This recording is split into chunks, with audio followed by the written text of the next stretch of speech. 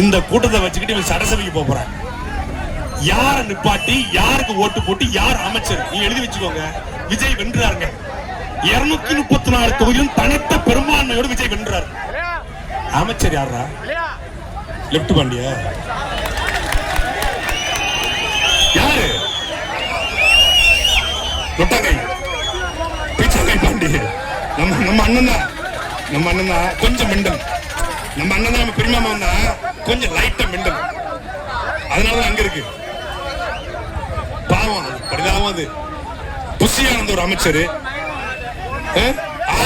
ஒரு அமைச்சர், ஏழை வச்சு தாண்டி வந்த நிர்மல்குமார் ஒரு அமைச்சர், லயலா காலேஜ் ஓனர் கூட லயலான்னு போட்டுக்க மாட்டா. லயலா மணி ஒரு பையன், அவன் ஒரு அமைச்சர். ஏன் கற்பனை பண்ணி பாரு. அவனை கூப்பிடும் போது அவன் தானே கத்தி எல்லாம்